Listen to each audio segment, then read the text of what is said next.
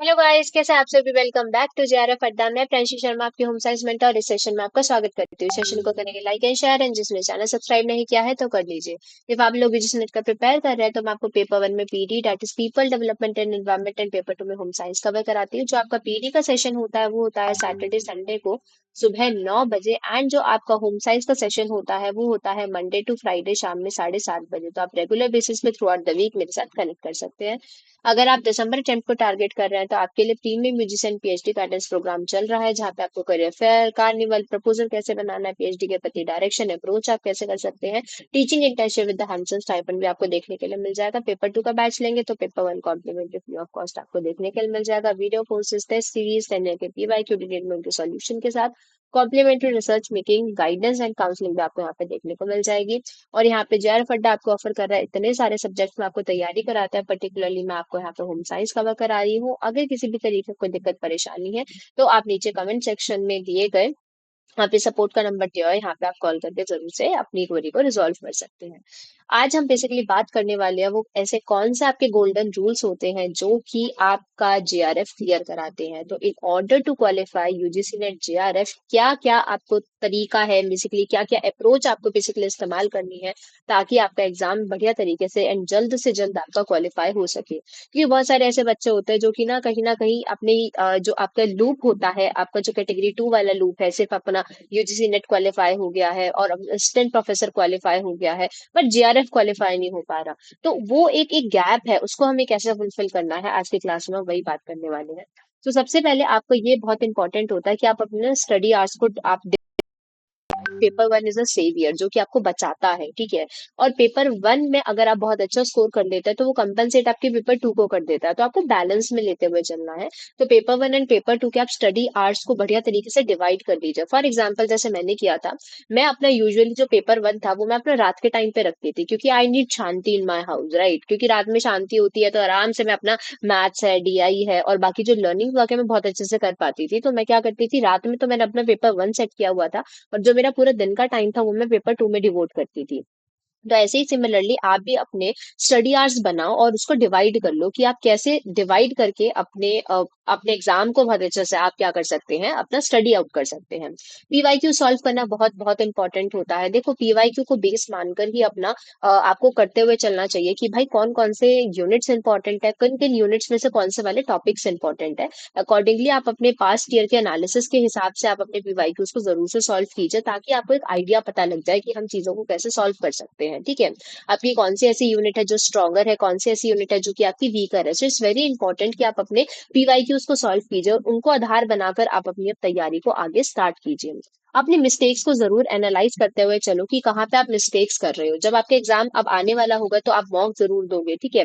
जब आप मॉक देंगे तो आपको ये चीज पता लग जाएगी कि मॉक में अपनी ना ये देखो कि हमारी मिस्टेक्स कहाँ कहाँ पे हो रही हैं, आपके कौन कौन से लूप एरियाज है जिस पर आपको वर्क करने का नीड है। फॉर एग्जाम्पल, इफ आपका मैथ्स और डीआई कमजोर है तो you get to know that यार मैथ्स और डीआई वाला पोर्शन मेरा थोड़ा कमजोर है। अगर बहुत सारे जैसे आपकी थ्योरीज वगैरह होती है वो आप नहीं कर पाते हैं तो आपको ये चीज एनालाइज करने की जरूरत है कि यार मेरे को थ्योरीज पे काम करने का नीड है। फॉर एग्जाम्पल, मेरा अगर टेक्सटाइल वाला यूनिट है वो मेरा कमजोर है तो मेरे को टेक्सटाइल वाली यूनिट में काम करने की ज्यादा नीड है, क्योंकि वो मेरा कमजोर वाला पार्ट है। तो अपने कमजोर वाले पार्ट को पहले तो समझना पड़ेगा, उसके बाद ही आप उस पर वर्क कर सकते हैं। जैसे जब कोई बीमारी होती है तो पहले आपको सिम्टम्स वगैरह सारे देख कर ये पता लगाना होता है कि बीमारी कौन सी है, उसके बाद ही तो उस पर हम काम करना स्टार्ट कर सकते हैं ताकि हम उसे ठीक कर सके। सिमिलरली पहले आपको कॉज पता लगाना बहुत इंपॉर्टेंट होगा। आप एक बार हाई वेटेज एरिया पे फोकस जरूर से रखिए।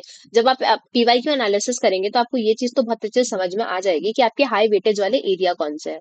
फॉर एग्जाम्पल, जैसे कि आपका क्या है, unit one two three four है, काफी ज्यादा हाईली पूछा जाता है, राइट। और आपका आरएम वाले यूनिट है, एचडी वाला यूनिट है, उससे काफी ज्यादा आपके क्वेश्चन आते हैं। अब यूनिट में से भी आपके पर्टिकुलरली कौन से ऐसे टॉपिक है जिनसे सबसे ज्यादा आपसे क्वेश्चन पूछे जाते हैं, तो ये भी आपको ध्यान में रखने की जरूरत है। तो जैसे जैसे आप पीवाईक्यूज करते हुए चलेंगे, पीवाईक्यूज एनालिसिस करते हुए चलेंगे, आपको ये एक आइडिया खुद ब खुद लगता हुआ रहेगा, ठीक है।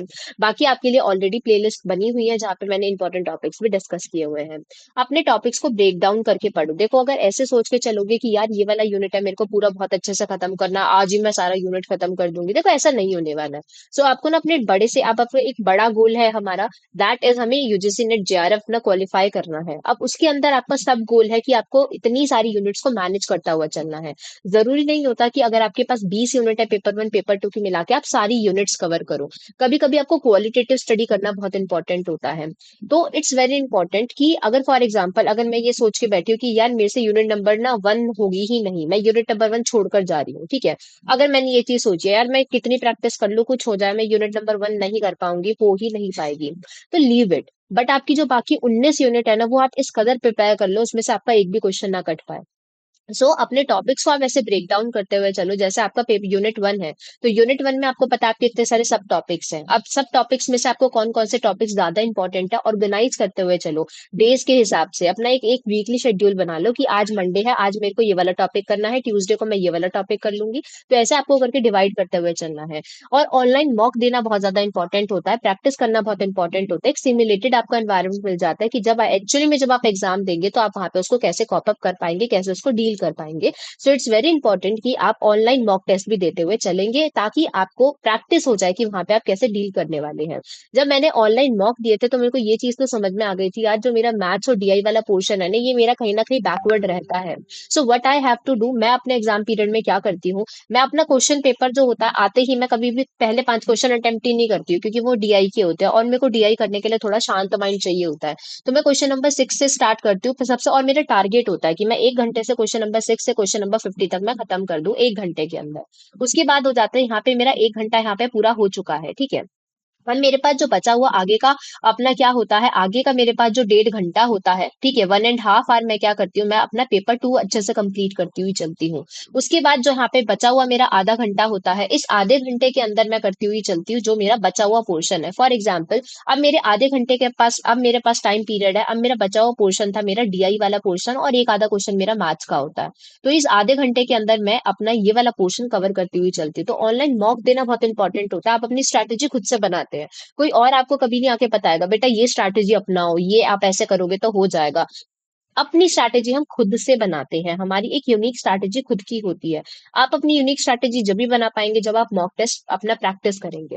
हैंड रिटन नोट्स अपने बनाते हुए चलो, इट्स वेरी इंपॉर्टेंट यार, ठीक है। हम क्या करते हैं, हम सिर्फ क्लासेस के लूप में उलझ के रह जाते हैं।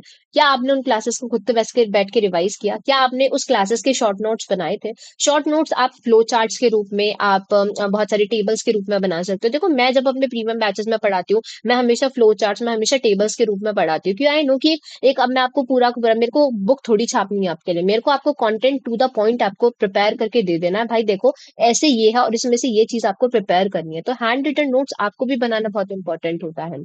सिर्फ आप स्लाइड्स में पढ़े जा रहे हो, आप दिन की पता नहीं 10 क्लासेस ले रहे हो, आप इतनी सारी क्लासेस, आप इतने डिफरेंट डिफरेंट प्लेटफॉर्म से, भाई एक चीज पे स्टक हो जाओ। एक एजुकेटर की क्लास देखो बट उसकी सारी क्लासेस देखो। बहुत सारी क्लासेस के लूप में मत फंस कर रह जाओ। आपको चीजों को कोई पढ़ा तो देगा बट आपने उसको कितना रिवाइज किया ये बहुत इंपॉर्टेंट होता है। उसको जब आप करोगे तो आप उसके हैंड रिटन नोट्स बनाते हुए चलो, टू द पॉइंट चीजें लिखते हुए चलो। वहां पे आपको कहानियां नहीं लिखनी है, वहां पे आपको बुक्स नहीं लिख देनी है।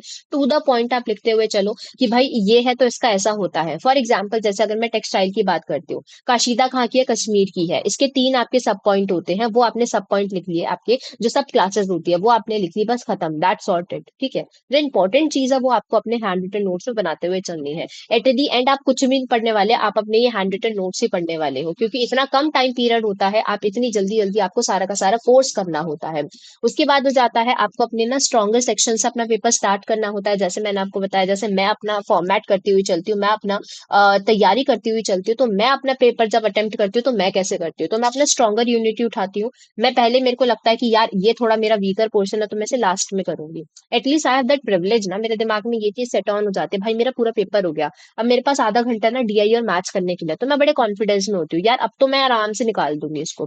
मेरे को पता है कि डीआई मेरी कहीं ना कहीं 10 से 15 मिनट के अंदर आराम से मेरी बन जाती है, 5 क्वेश्चन ही तो होते हैं भाई, मैथ्स का एक आधा क्वेश्चन और ले लो, तो आधे घंटे में मैं बहुत इजीली उसको सॉल्व कर दूंगी। तो मेरे दिमाग को बड़ा रिलैक्सेशन मिलता है उस टाइम पे, क्योंकि मेरे को पता है, क्योंकि मेरे को मैथ्स और डीआई करने के लिए थोड़ा रिलैक्स्ड माइंड चाहिए। So similarly goes with you, ठीक है? अगर आपको भी ऐसा लगता है तो आप ये भी स्ट्रैटेजी, अपनी स्ट्रैटेजी आप खुद से बना सकते हैं, या ये स्ट्रैटेजी भी आप फॉलो आउट कर सकते हैं। सो अपने स्ट्रॉन्गर सेक्शन से जब आप एक प्रिपेयर अपना अटेम्प्ट देना स्टार्ट करते हैं, तो आपका कॉन्फिडेंस बिल्टअप हो जाता है कि आपको आके करना कैसे है। तो आपका एक कॉन्फिडेंस बिल्टअप होने के लिए बहुत ज्यादा जरूरी होता है। जैसे हमारे एग्जाम्स में अगर पहले ही क्वेश्चन ऐसा आता है जो कि हमें ना आता हो, तो कहीं ना कहीं हमारा ना कॉन्फिडेंस टूटने लग जाता है, यार ये भी नहीं आ रहा, ये भी नहीं आ रहा, ये भी नहीं आ रहा। सो इट्स वेरी इंपॉर्टेंट कि आप अपना कॉन्फिडेंस बिल्टअप करते हुए चलो। सो आपको 3 घंटे is your game changer at that time. आपको उसमें कैसे करना है, that's your strategy, that's your game. So आप फ्री वाईटी स्टूडेंट्स के लिए भी paper one and paper two का आगाज हो चुका है। पेपर वन में पर्टिकुलरली सैटरडे संडे को मैं आपको 9 बजे पीडी कवर कराती हूँ, और बाकी शेड्यूल भी मैंने आपके साथ शेयर कर दिया है, तो आप हमारे साथ कनेक्ट कर सकते हैं। और ऑफलाइन क्लासेस भी अपन की स्टार्ट हो रखी है, जहाँ पे जो बच्चे खासकर जयपुर या नियर बाय एरिया में रहते हैं, तो आप ऑफलाइन क्लासेस के लिए जरूर से अवेल कर सकते हैं। और ये हमारे डिफरेंट प्लेटफॉर्म रहने वाले हैं, जहाँ पे आप हम लोगों के साथ ज्वाइन कर सकते हैं। और अगर मेरे साथ पर्सनल इंस्टाग्राम चैनल पे जुड़ना चाहते हैं, तो प्रियांशी_JRF अड्डा अगर आप डालेंगे तो आप मेरे साथ कनेक्ट कर सकते हैं। अगर आप टेलीग्राम चैनल पे जुड़ना चाहते हैं, तो JRF अड्डा home science by Priyanshi ma'am अगर आप डालेंगे तो आप मेरे साथ कनेक्ट कर सकते हैं। So thank you so much guys, I hope that you like the session well. And आपको सेशन कैसा लगा, प्लीज कमेंट सेक्शन में जरूर बताना। आपका एक छोटा सा कमेंट मेरे लिए मोटिवेशन होता है। सो अब हम मिलते हैं अपनी नेक्स्ट क्लास के अंदर। Bye, take care, have a good day.